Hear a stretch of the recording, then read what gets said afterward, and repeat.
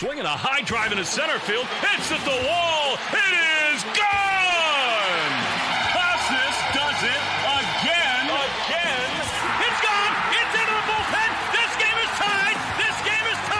He swings and rips one to center field. It's high. It's deep. It's back. It's gone. Sale winds. He fires. Swing and a miss. Strike three. It's over. The Red Sox have won the World Championship. What's up? Welcome back to Play Tessie. It's episode 177. This is the official Red Sox podcast of WEI. Before we get going, remember, hit that subscribe button wherever you're getting your podcast. Subscribe, rate 5 stars. Find us on YouTube. We're on the WEI channel. You can find the Play Tessie playlist there. Has all of our episodes. So just hit the thumbs up on those videos. Subscribe to WEI and find us on the socials at Play Tessie on both Twitter and Instagram. Here with Sammy. Here with Pat.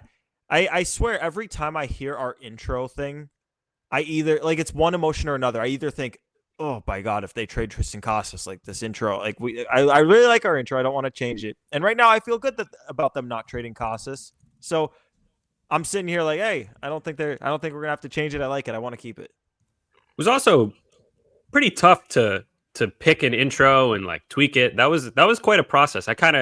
I don't think I've thought about that since we decided on the one that we have now, but that was tricky.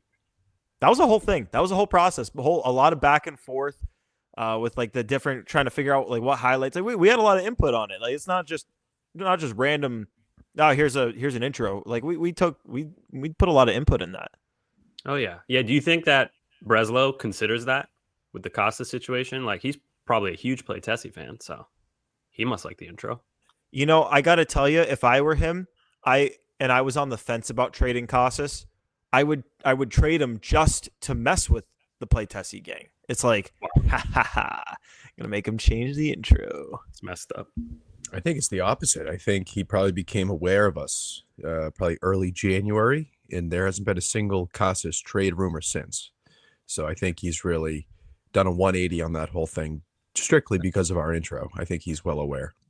So you think we can take the credit for Tristan Casas staying? Because I think all three of us are very big keep Tristan Casas on the Red Sox in 2025 proponents.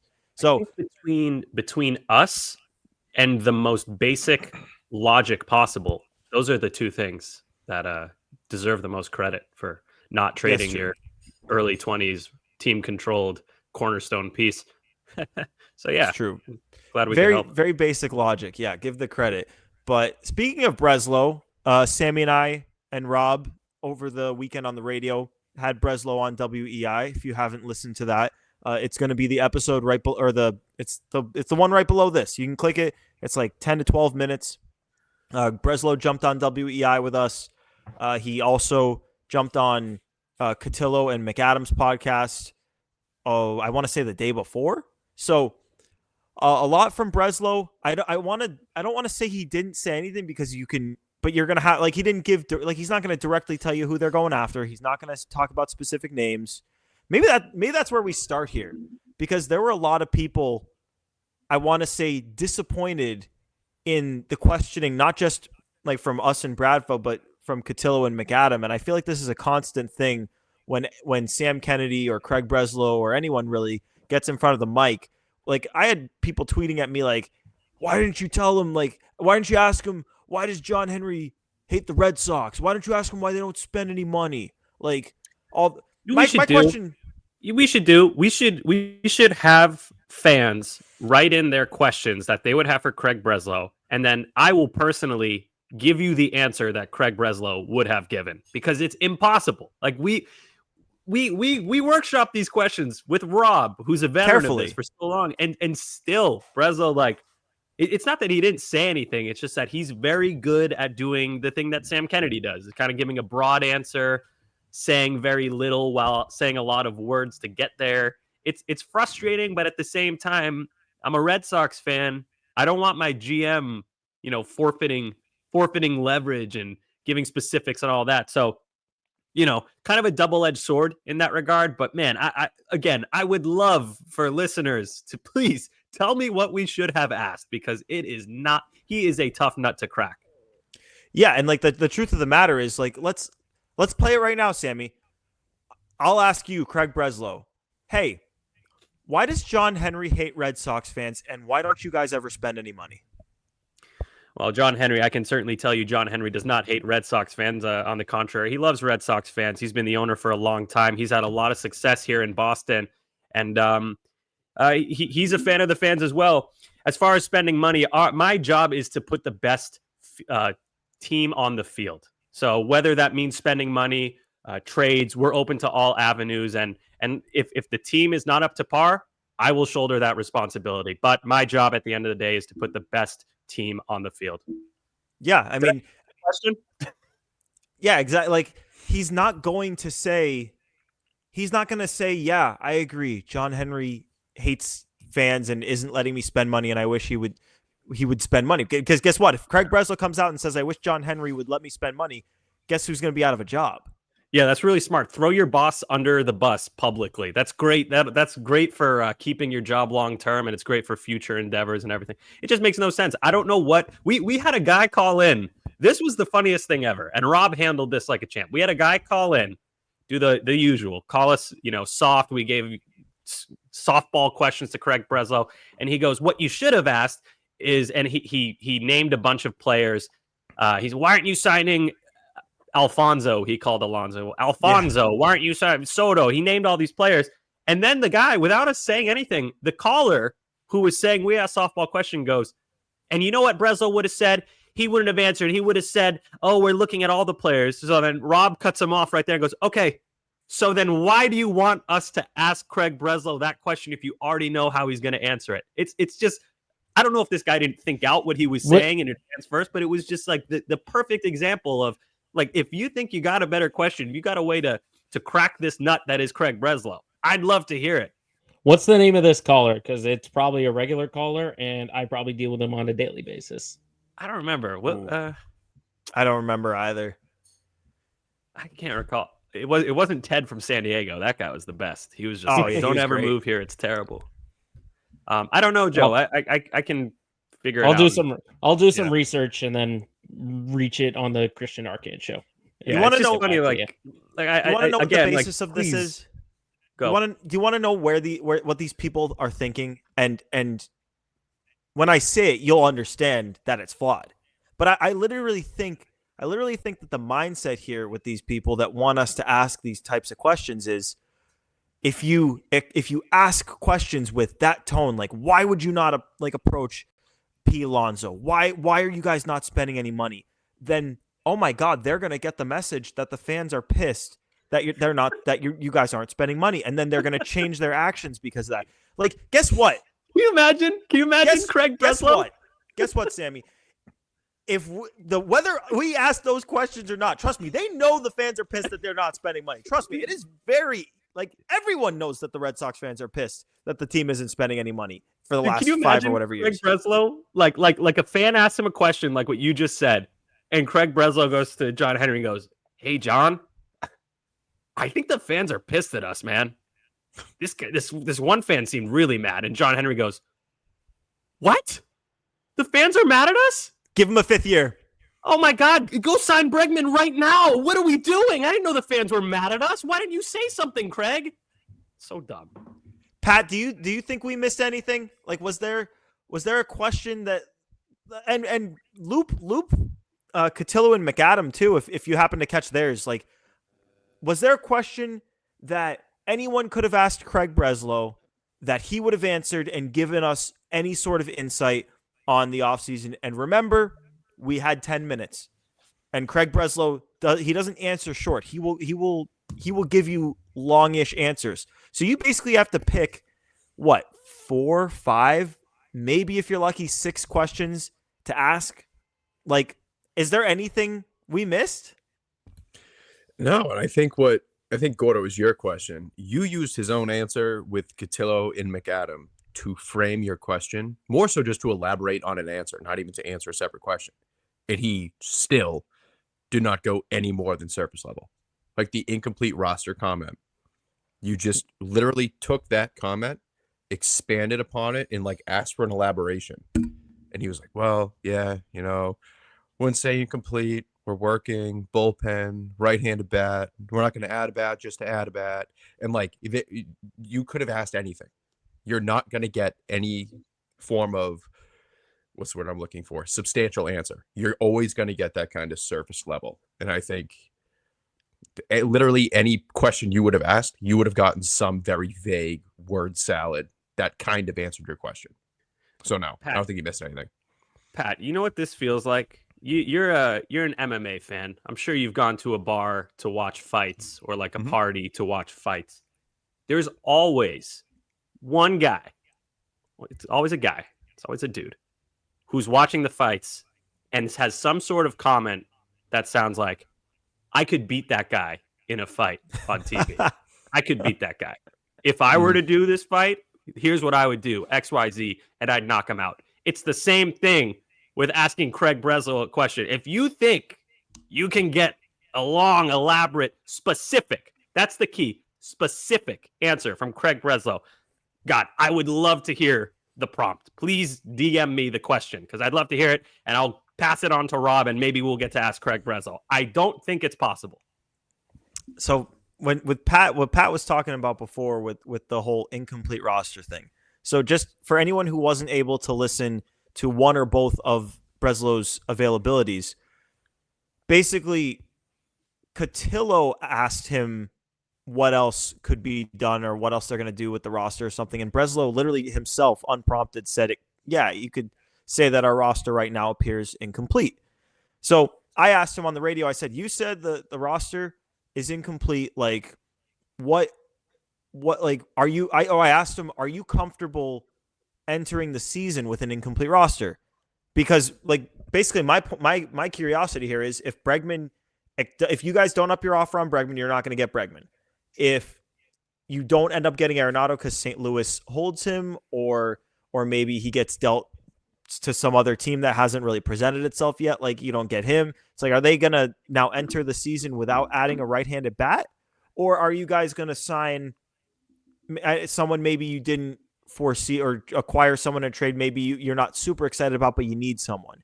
And he didn't exactly answer it straight up, but I think you can kind of pick apart his words and understand that, yeah, he's maybe got a pack of 2, 3, 4, maybe 5 guys that he's down to add to this team, wants to add to this team. And if he doesn't get one of those guys, he's not just going to add a right-handed bat to add a right-handed bat. The example we were talking about was Tommy Pham. Like Tommy Pham signed for $4 million with the Pirates. Breslow was not going to sign Tommy Pham for $4 million and clog the roster spot just to add a right-handed bat. He wants to add an impact right-handed bat. And my opinion here is they're not going to move off of their price, and they want guys to accept their price. And if no one accepts their price, then they're going to go into the season with what they've got. And if they need to add at the deadline, then they'll revisit it then. But I do think there's a world where they willingly enter the season with an incomplete roster, and it scares me a little bit.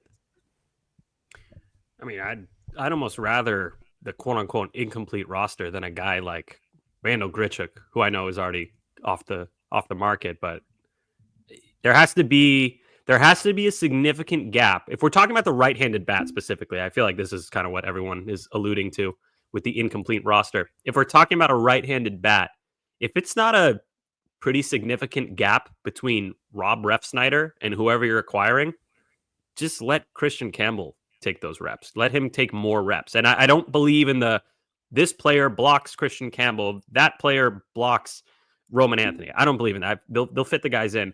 But what I'm saying is I'd rather more at-bats for Christian Campbell than Grichuk, Pham, someone like that. The one that I go back and forth on is Taylor Ward. Where is that worth it? I don't know. But yeah, the incomplete roster, this sounds insane. Not the worst case scenario. I think it's worse if you get some platoon bat that takes away play time from your younger guys. Then it's like, what are you even doing? Yeah, and I hate the idea of going into the season with an incomplete roster. I just do. Because I think you're doing yourself a complete disservice, because the AL East is going to be a great division again. It is. The Yankees are probably a little bit worse, but still a great team. The Orioles are still young, athletic, fun. Like, they're still going to be pretty good. Toronto's kind of 50-50. I don't think they're going to be great, but I don't think you can really rule them out on being like a sneaky good team like the Kansas City or Detroit last year. Tampa's Tampa. They might just find a way to win, which is just insane. But if you go into the season with a complete roster and you have a glaring hole at right-handed bat and you just didn't feel like addressing it because no one like met your value. Like if you miss out on Bregman, you don't trade for Taylor Ward. Say Suzuki's not available. If you're not addressing that and like, oh, if we need to, we'll do it. You're talking about 3 months of that kind of weakness showing. And that's a lot of ground you're gonna need to make up, even if you do address it at the deadline. Because if that is your Achilles heel, 3 months into the season, you might be a 500 team, and everyone else is, you're 7, 8, 9 games back in the wild card. You have to be on it, even if it's outside of your comfort level. If it's not your price, if you truly think that you're going to have to address it now, even if it's an insane overpay. You have to address it. And that's the Brandon Gomes comment that I believe he said to Bradfo on Baseball Isn't Boring, which is that like, yeah, we want to make our roster as good as it can be right now. We want to add as much talent as we can right now so that we don't have to pay 3x the price at the trade deadline. But as it pertains to the Red Sox, what I think they might be thinking here is, hey, like the three of us and a lot of other Red Sox people have been talking about, oh my God, the door is wide open. Like their window is just opening in a moment where the American League as a whole is weak. So wow, just go for it. Like this is your time. Like you could put yourself right in the thick of things. But the way I think that and you guys can tell me if you agree here, I think there's a chance that the way they're thinking about it is, wow, like the American League is so weak. We have an opportunity here to be flexible. We can enter the season with, yes, maybe it's an incomplete roster, but we have flexibility in terms of prospects to trade. They were just ranked the #1 farm system on Baseball America, and they have flexibility in terms of dollars to be added. What are they, like 25 to 30 million under the luxury tax right now? So plenty of room to add contracts in the middle of the season that other teams, and I'll use the Yankees as an example. They're a team that's been acting very frugally because they're right up against their budget. That's a team that may have to pay guys down in the form of prospects to get other teams to pay their money. So the Red Sox can be flexible midway through the season and enter the year with what they've got. And if they can stay in the mix, then they can add to their roster with where they appear weak or where they're injured. That might be their mindset. And, if things go right, then good for them. But I just can't get behind it. I can't get behind having such an obvious set of holes. And I think they're going to get a reliever. So maybe I won't even include that. Like having such an obvious hole with the right-handed bat and no, I'm not going to do it, guys. I'm not doing it. I'm not going to plug it. Not going to plug it. Plug the hole. Gordo, I'm with you. I don't want people to think I'm saying I'm okay with the incomplete roster. Like, go ahead. I just don't want them to get some schmuck who doesn't move the needle. The one thing, like, I don't know. The one thing I kind of wish I had another chance to ask Breslow about is how open the AL is. And I think he would have just said, well, regardless of the rest of the league, we always want to put the best team on the field, blah, blah, blah. There's a chance maybe that he would have given us something. That was my second question I wanted to ask. We didn't have time. Was it's pretty clear the American League is weaker than it normally is. The National League looks like the Monstars, the American League, not so much. I want to know if that affects the immediate roster building. Not long-term. Obviously, long-term, it means nothing. But for 2025, I would be shocked if that wasn't a consideration. They have to see. I mean, obviously they know, but it has to come into play somehow in the way they address this 2025 team. Because I can't remember a time where there was there's no runaway favorite at all. They're not even remotely. Yankees probably the favorite. And I would say they got worse. I know Rob was saying on radio he thinks they got better. I think they got worse overall. Juan Soto, come on. So it's just that's part of the frustration, I think, from the fan base is that it's right there in front of them, as Aaron Boone says. And it just feels like the Red Sox are not seizing the moment. I want to say he might have gotten a similar question on Cotillo and McAdams' show, and given the answer that you kind of thought that he would have given. Like, I think I just remember listening to Breslow, whether it be with us or with them, at some point in the last few days, talk about like, yeah, we need to build this roster. I think it was on their show. We need to build this roster as good as we can get it, regardless of what everyone else is doing. We need to do what we think is best for our team and not keep an eye on everyone else, which that's classic GM answer. One thing that I wanted to ask was, and I wanted to be vague about it so he'd answer, but basically I wanted to ask him, like, are you guys holding back now to go after Vlad in a year? But obviously if I mention Vlad, he's going to be like, he's a great player. We're not talking about specific players. But then if I ask, hey, are you guys hesitant to hand out long-term deals now because of potential free agent opportunities maybe next year? Like, do you take those into account when making decisions now? And could frame it but like, the issue, he probably future. Good. But Sorry, go ahead. he'd probably, like, regardless of how it's framed, he'd probably say, yeah, we have to take everything into account when we're making decisions on today. Yeah. Both the Yeah, roster true. today, the prospects of tomorrow, potential trade and free agent targets of tomorrow. Like, it all has to be taken into account. That's what he would say. And like, we'd learn nothing. Well, I think If the you other made it part vague. of it. Sorry, I think the other part of it is, no matter how you ask that question, he's going to say, we promise the fans our focus is on winning in 2025. Like, he will. I'm so confident that if you ask anything beyond like prospects in kind of the young pipeline, if you asked anything looking into the future, he would have just said, we're focused on 2025. We're going to win in 2025. All moves are focused on 2025. I don't think you would have gotten any form of nugget or clue or any trace kind of word that you could have latched on to anything in the future. I think no matter how you frame that, he was going to say 25, 25, 25, 25. I don't think it would have mattered. I just wish we could have asked him if they were going to trade for Nolan Arenado, because and you know what? The Rob's first question actually might have been the most informative answer we got. And maybe it wasn't because they didn't make a trade yesterday. But Rob jokingly asked him, and go listen back to the audio if you haven't heard it. But Rob jokingly asks the guy, hey, we're on till 1. You're not going to make a trade before then, right? And he like kind of fumbles around and is like, oh man, nah, I wouldn't. Then he goes, I wouldn't hold your breath. But it took him too long to get there. It made me think that they're probably involved in some semi-active conversations. I don't know, but let's talk a little bit about the Nolan Arenado thing, and especially with the three of us. You know what? I want to ask Sammy. Sammy, what do you think is happening with Nolan Arenado right now? What are the conversations? Who's being discussed? What reports out there are you believing? What do you believe right now? What do I believe? I don't really. The thing is, it feels like we know what's happening broadly. We know that the Red Sox, well, sorry, I should say we hope that the Red Sox want to sign Alex Bregman.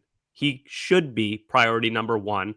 If you're inclined to believe reports, then he is priority number 1. I think logically speaking, just leads me to believe he's priority number 1.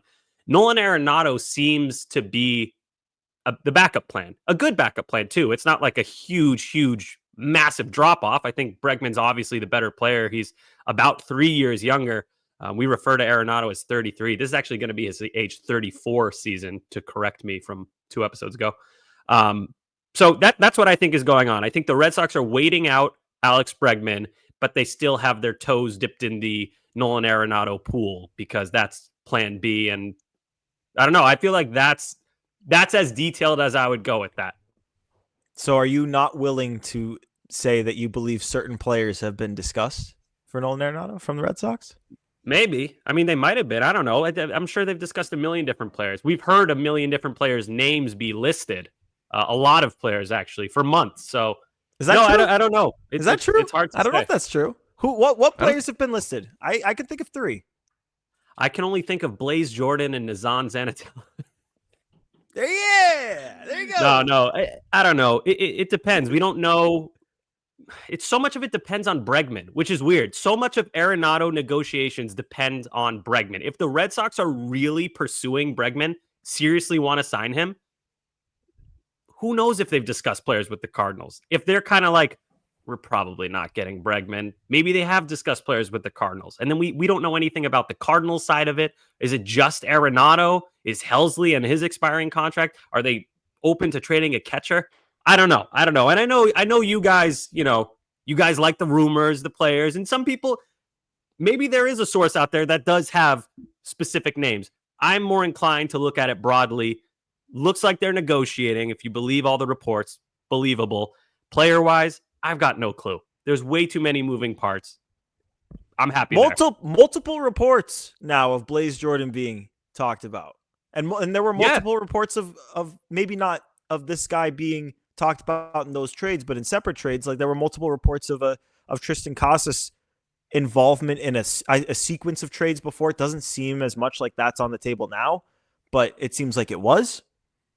I don't know. Who knows, Cardinals man? Live, man. Cardinals Live. I know you guys love Cardinals Live. I don't think Cardinals Live is like completely out of the loop. I'm just not going to be like, oh my God, they listed blah, blah, blah. Like maybe they got someone that they're talking to, but there's just no scenario in which like a GM or someone connected to a GM is leaking information to an anonymous account, unless that anonymous account like works for the team and they're trying to leverage. It's just too many moving parts for me to just be like, all right, I believe it. Sure, they've gotten some stuff right. That account's gotten some stuff right. But Gordo, what we talked about yesterday, we never discuss all the stuff they've gotten wrong, which is just as many things. I think they said Nolan Arenado was going to get traded in December. He did say that Bregman was closing in with the Tigers. Arenado would be following. Arenado wants to follow Paul Goldschmidt wherever he goes. I think that was a thing. I don't think that's necessarily false. I don't think that's wrong at all. I just but this is my point. It's like maybe it's true, but like we don't know. That's why I'm not just going to believe some random account. But you're saying he got all this stuff wrong. December 16th, 2024. When do you think Arenado gets traded? Tomorrow. Wrong. Alonso back to New York seems to be close. That was before Christmas. Wasn't close.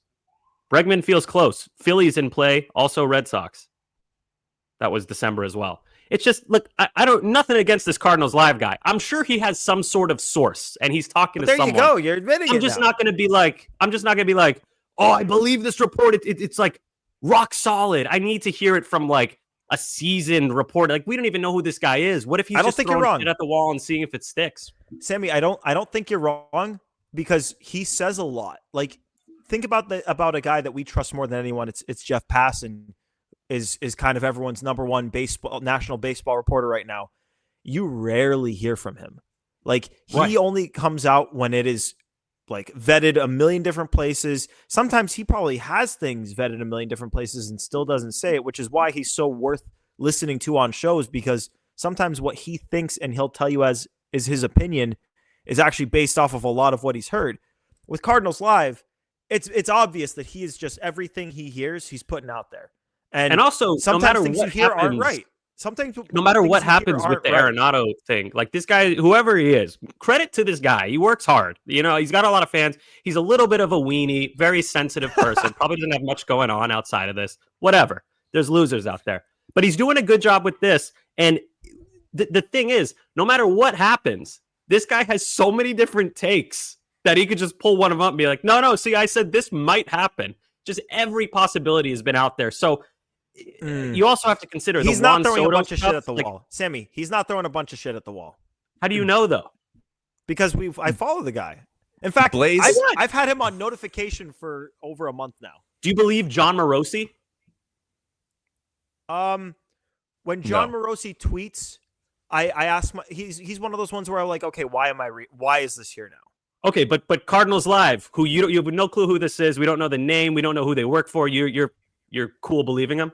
No, it's another one of those things where it's like when he puts something out there, I'm not going to take it as gospel and be like, okay, this is 100% true. But I do. Then it's kind of hard to explain because my mind just kind of goes, this is probably it makes no right. Sense. That's why it's hard to explain. It makes no sense to believe an anonymous source that like has vaguely gotten some stuff right. No, you're wrong here though. It makes perfect sense to read into a guy saying something is happening when he's been right over and over and over again. But what about the things I just listed that he got wrong? Does that not matter? A lot of that is like his personal opinion on the timing of things. It's like I'm comfortable with my take Sammy. on this. I feel very comfortable with my take on this. This is why I am a believer in Cardinals Live. If you go back to the Goldschmidt trade saga, there was no report of St. Louis being a team in on Goldschmidt. Not only did he have that, he had Carson Kelly by name, the two other prospects that went the other way by name. In same day, he said this is coming to a tip today. So he got one thing right back in 2022. That's why right. He got the Casas thing right. He got the Blaze Jordan thing right. What? He got Paul Goldschmidt to the Yankees right. What about Arenado following him to the Yankees? Arenado wanted to follow him to the Yankees. The Yankees don't want him. Who? Says who? Says Nolan. You guys give this guy so much leash. No, I don't know. I just don't buy it. He would go. Sammy is being an absolute boomer right now. This guy doesn't have a face or a name, so he hates this guy. Here's the extent. Listen to how far gone my two colleagues are. Pat the other day said to me, the only reason you don't believe Cardinals Live is because you don't know who he is and he's nameless and faceless. Yes! Who cares? Who cares? Who cares? He gets shit right. Who cares? He gets it wrong too. I think he gets it right more than he gets it wrong. I think all your favorite reporters get things wrong too. John Heyman, who like he's a well-establised reporter, had Aaron Judge. These guys get things wrong. No one bats 1,000. No, dude, nobody listens to John Heyman. Though. That's my point. He's terrible. I got to find something that but Passan has gotten stuff wrong too.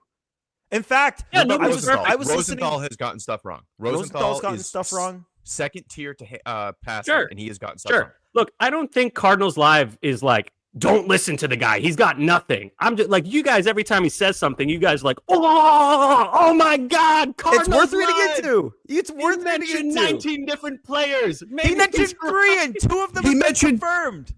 3. You know how, and Sammy, you keep saying he's throwing shit at the wall and seeing what sticks. You know how much of a dart throw Blaze Jordan by name is? Like, we're not talking about Franklin Arias, Roman, like that is like the 19th ranked prospect in the system. That is a very specific name to just throw at the wall. And it got confirmed the next day by MLB.com. It's 100% possible that the deal could take shape, and it could be bigger or smaller than the details I've shared. That's not a crazy thing to say. That's not a crazy thing. Why is that crazy to say? I know it's not. That's what I'm saying is he's very broad. Like, sure, he's probably talking to someone. Jordan, including Blaze Jordan's name, is not broad. Did John Denton cite him? No, but he should have. He should have. His own local guy didn't cite him? What if Sammy, what if it's a burner? What if it's a burner? Then that's fine. That's okay. It might be. It is a burner. It doesn't have a face on it. And if Bregman signs with the Red Sox, Cardinals I would be like, oh, the talks fell through. Now it's just like it's Boston strong, Dodgers nation. To me, very similar. No, I don't think so. This is not Emmanuel.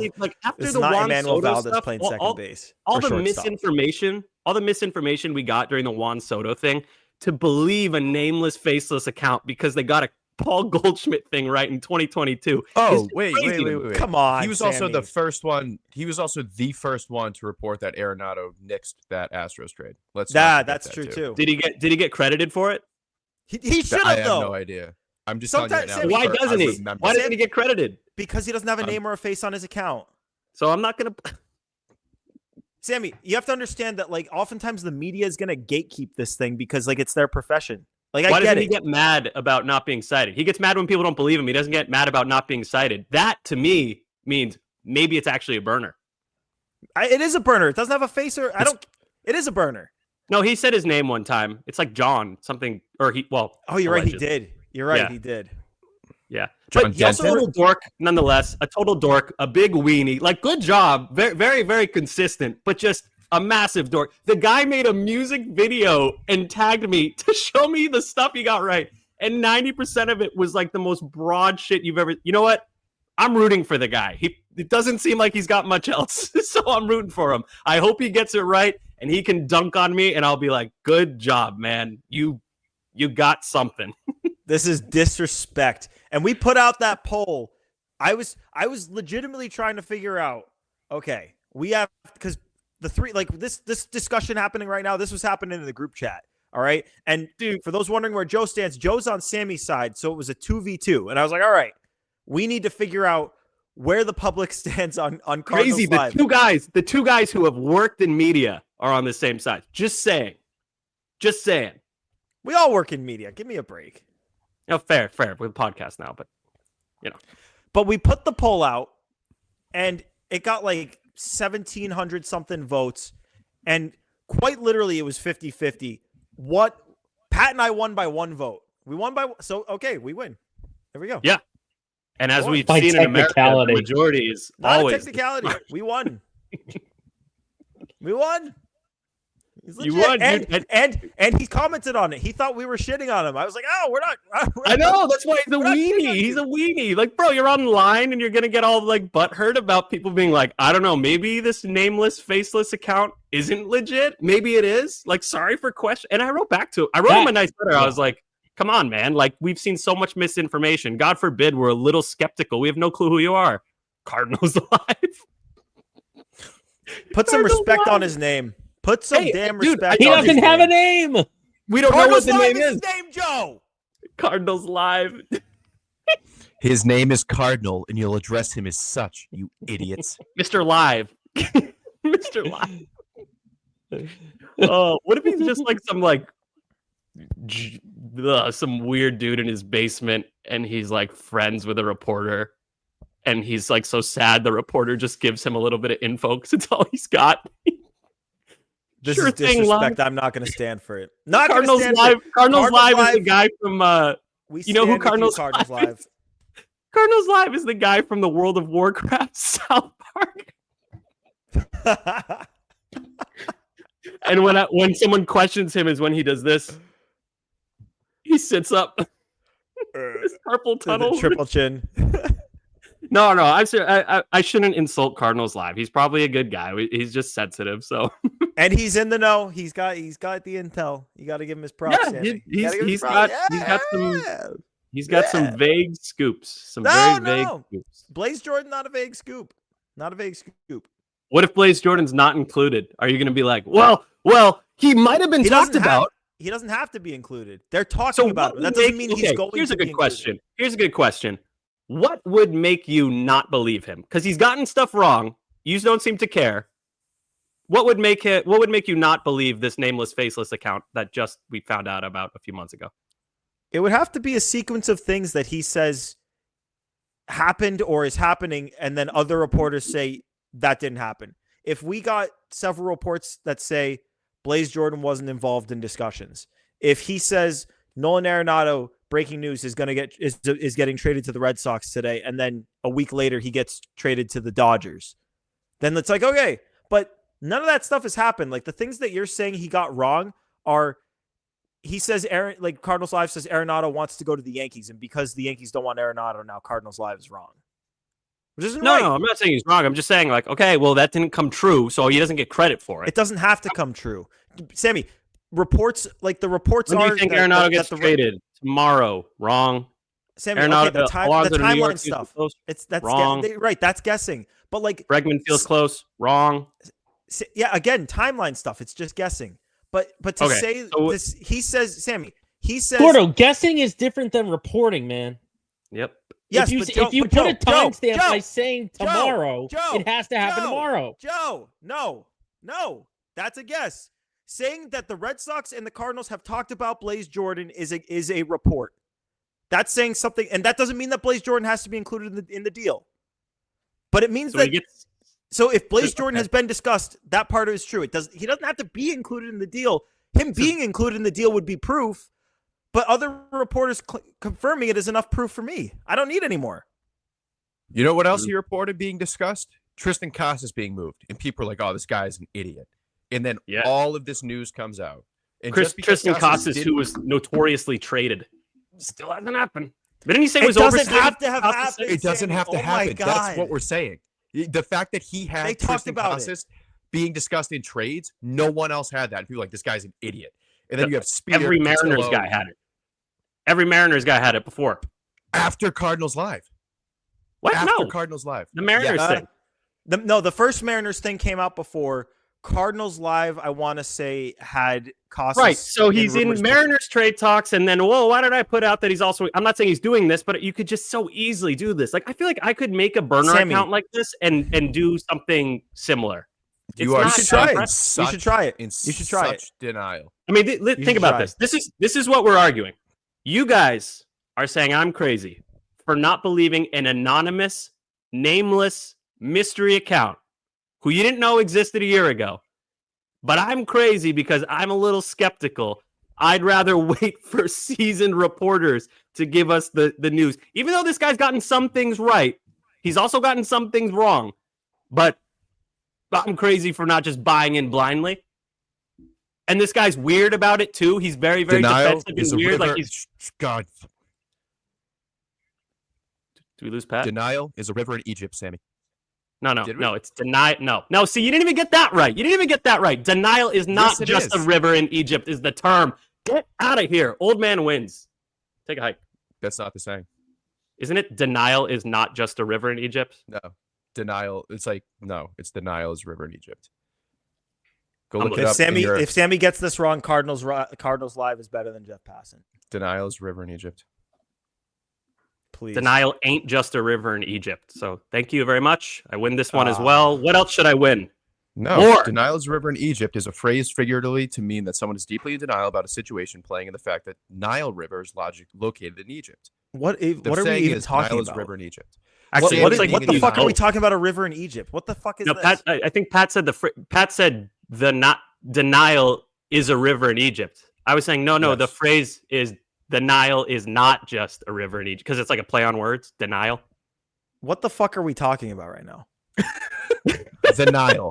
It's a play on words. Denial is the Nile. I get it. I get the Nile River is a river in Egypt. Why? Honestly, based on my research, Pat, I think we both are right with this. I think you can use it both ways based on what I'm reading here. Oh, interesting. It's like I think can help with the whole Pam dilemma. All right. Oh, you guys aren't movie guys. You guys. I'm a movie guy. Other guys or not the other guys. Step Brothers. Yeah, I've seen Step Brothers. Yeah. Call me Dragon. All right. So in synopsis, Cardinals Live is his word is gospel. Pat, believe everything. And believe everything you see if it comes from that account. Pat, do we have a listener DM of the week before we get to enough said? We do. We have a couple. I was kind of filtering through. There are some pretty complicated ones. I'm going to go with actually the most recent one we got. I'm not going to read the whole thing because it's quite lengthy. I'll just kind of get a nice little summary. Gordo, you actually went on this podcast, Touching Bases. Yeah, that's a Mariners guy. Podcast, Mariners guy, yeah. So long story short, Baseball Prospectus released their standing projections on February 3rd. The AL: Yankees, Orioles, Blue Jays, Rays, Red Sox. As a podcast, where I try to be objective, blah, blah, blah, blah. They haven't really addressed their concerns, such as defensive flaws, right-handed bat, so on and so forth. Even with all that, do we all agree that the Red Sox are a wild card contender in 2025 at least, or is Baseball Prospectus seeing something from another angle I'm missing? Also, shout out Gordon for coming on the pod a month ago. Long story short, is Baseball Prospectus onto something saying last place as things stand right now, or do we think that's batshit? Last place, how many wins? It's like 77, I think. It was like 77, 78. I mean, I think we talked about plugging Tyler O'Neill's hole plenty, but like I think Garrett Crochet being added to the rotation is more significant than not replacing Tyler O'Neill. Plus Walker Buehler. Plus you have the prospects are coming up. Who knows if they contribute? I think 77 that's pretty low, man. I mean, really, you got Crochet, Houck, Bayo, Giolito, Crawford, Buehler. That's a really good rotation. I know the bullpen's a little weird. Maybe that's why. Maybe they're not projecting Hendricks to bounce back, and then it's like the back of the bullpen's wide open. Who's closing games? That sucks. I don't know. 77 feels low as hell. Yeah, my thoughts are because like you get baseball, you get a lot of anger from Red Sox fans. Yet if you asked a lot of Red Sox fans point blank, and Sammy, you just went into it. Did the Red Sox get better? I think we all agree. Maybe not as much as they should, but I think they're better. Do you guys think they're better than they were a year ago? Oh yeah. Yeah, Yeah. they're better, and I think they have a crazy high ceiling. Like we've spoken a lot about how we would like Alex Bregman or Nolan Arenado. It's good to have a veteran in there. We've heard this team lacks leadership. That said, that does not mean that we're not open to the idea of Christian Campbell being nasty right off the bat. It could happen. It's just that's a risky bet. Same thing with Roman Anthony. Marcelo could come up at some point. It could happen. It's just like. But Sammy, basically the point I'm trying to make here is that we're all frustrated with how they've operated, yet we're all admitting they got better. So, right. In short, I think Baseball Prospectus is a little bit harsh here. I know that what people who hear that we're talking about the Baseball Prospectus thing will say is that, yeah, they have like Franklin Herman, who hasn't been on the team in months, projected for 40 innings. Like, it's Baseball Prospectus is not, I understand, what they used to be. I do think the Red Sox are wild card contenders, and yes, that's a better spot to be in than most other franchises. But the truth is, there's such an obvious path for them to be so much more than just wild card contenders. Like, they should be like playoff certainty with a chance to win the division. Like, that's where they should be, and they're not. And it's frustrating that they're not there. But that said, like, come spring training, come opening day, like, we're all going to be really excited to watch this team because they're going to make a run at a playoff spot this year, which is something they haven't done deep into, I say into September, I'll say, since 2021. So yeah, I mean, I don't think they're a last place team. I think the division is good enough where it's in the range of possibilities, but no, if I had to predict today, I'd say, I don't know if I'd say they're a wild card team. Maybe they're a wild card team, but if they're not a wild card team, they'd finish within a couple of games of it. Question for you guys. Just looking at the division, who got better other than the Red Sox? Because my answer would be, I think the Blue Jays got better for 2025. Yep. Orioles got worse for sure. Don't even try to sell me on Sugano and Charlie Morton replacing Corbin Burns. Give me a break. I think the Yankees, I would say the Yankees got worse, but not by a lot. But I think losing Soto is... Tampa got worse. I think Tampa's going to get better because they're getting Springs. But right, Pat, but they're getting McClanahan back. They're going to have Boz back. True. Yeah, they're going to be They're going to be better just by not being hurt. No Randy in that lineup, even though that was last deadline. True. Randy's still 2020 guy, so that's significant. Rasmussen's going to start again. And then you also have to factor in there's going to be some guy we've never heard of in our life who's going to become an all-star for the Rays. Connor Seabold.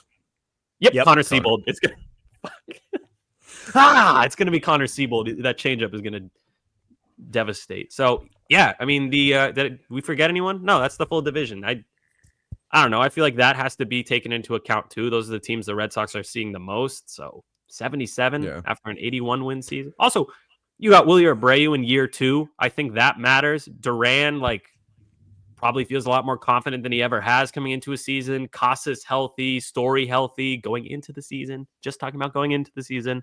Devers hopefully won't play the entire year hurt. He's not going to be a 28 home run guy. I think we all expected a lot more than that. It was clear he was uncomfortable literally since the first season of the year. So, again, long-winded way of me saying 77 sounds significantly low. Yeah, I don't think we've talked about this, but there are definitely people on Twitter who think this, which I think is utterly ridiculous. The bullpen is much better than last year. I don't even think that's arguable. I think the bullpen is significantly better than last year. Ooh, I don't know. Because you lost Kenley, you lost Kenley and Martin. You lost Kenley and Martin, sure. You signed Chapman. You have Hendricks back. You have Whitlock taking on back-end innings. I don't even think it's remotely close. I think the bullpen's better. Well, what if Hendricks is not himself? That's where my concern is because Whitlock, Hendricks' Chapman, velocity was down. What if Whitlock's not Chapman, himself? Wilson, Whitlock just got, Slayton. but Whitlock just got major surgery too. It could be. I'm open to the idea that it could be a better bullpen. And but I'm not. Cutter's going to be in that bullpen. Cutter will be in the bullpen. That'd be awesome. Anyways, bullpen I think got better. Rotation obviously got better. That's not even debatable. Close, The lineup got significantly worse so far. I don't think that's close. I think it got way worse. It's worse. That being said, two of your 3 major areas got better. You just came off an 81 win season. Yes, I think 77 is low. I think they're in the wild card hunt. If they get Bregman and Robertson, Arenado and Robertson, maybe I'm a little bit more. They're a wild card team. They're in the wild card hunt right now because you have to think Yankees, obviously, Orioles, obviously. The AL West, people forget how bad the Rangers were last year and how good they're going to be this year. The Rangers are right back in it. Dude, yeah, they're going to be The good. Astros, until the Mariners do anything offensively, I'm not really afraid of the Mariners. But The then A's. The A's are sneaky. The A's are going to be good. I wouldn't call them good. They're going to be better, and they'll Come be a on. sneaky team. But then you have A's. Detroit got better. You have Kansas City got better. Minnesota's always a decent team. They're kind of like the Midwest Rays. Like they're just always a good team. So yeah, like, as of right now, in terms of like, that the pecking order, they're probably the seventh best team in the American League, eighth best. Which team. right there, which is why So it's they're wild right on the card hunt. cusp. If they get Bregman though, like if they sign Bregman, I would say they're Catapult. the best or second best. I agree. I think if they get Bregman, that's your Huge right-handed difference. bat. Your defense is much improved. I think they kind of catapult right behind. I would put them third on paper behind the Yankees and Rangers.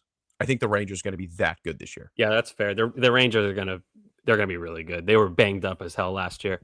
The A's, man, put some respect on the A's name. I like the A's. I think the A's won't good. be. They're not going to be a disaster, but they're not going to be 82 wins. 82. No, my they'll guess. be under 500. They'll be under 500. Why? How'd they do last year? What did they? No, they 72. 72 The wins. A's last year won. They weren't as bad as you think, but they weren't good. 69 games, and they added Severino, Yeah. Springs, Leclerc, and one other person I'm forgetting. That's not an I don't above know. 500 team. See them winning No way. Yeah. 80 no, games. No way. No. No way. All right, I'll go 80. 80. They're going to be right under 500. 80. Decent team. All right, we got to get to enough said, and we got to get out of here. And we're so up against the clock here that I'm just going to ask you guys. And this thing's dropping after the Super Bowl, so we're not going to talk about what we think is going to happen in the game. But just give me quick score predictions, and if one of us gets it right, we got it here. It's recorded. This is a podcast. We have it. So, Okay. Sammy, you got it? Yep. Chiefs win 36 to 15. Wow. No, sorry. Wow. 36 to 17. All right, Pat, what do you got? Eagles 28-24. All right, I'll go Chiefs 23-20. I hope the Eagles win. Hold us I to it. I hope the Eagles win, but I'm also disgusted at Patriots fans posting like "Go Birds!" Like, no. You have to very quietly root for the Eagles if you're a Patriots fan. Just be like, please win. We hate you, but less than the Chiefs. I'm gonna say Eagles 30-24. All right, so two Chiefs, 2 Eagles. This podcast will drop after the game. You'll be able to tell us if we were right. But that's gonna do it for episode 177 of Play Tessie. Appreciate you all tuning in and talking socks with us today. Before we get out of here, before you go about your day, remember, hit that subscribe button wherever you're getting your podcast. Subscribe, rate 5 stars, leave a comment. Tell Sammy he's batshit for not believing Cardinals live, and tell him that he's being stupid and needs to open his mind. Subscribe on YouTube to WEI. We got the Play Tessie playlist there. Has all of our episodes in video form, so you can find those videos there. Hit the thumbs up on those and subscribe to WEI. And as always, you can find us on the socials at Play Tessie on both Twitter and Instagram. So for Sammy and for Pat, for Joe producing, it's Gordo here for Play Tessie episode 177. Thanks for tuning into this one. Peace.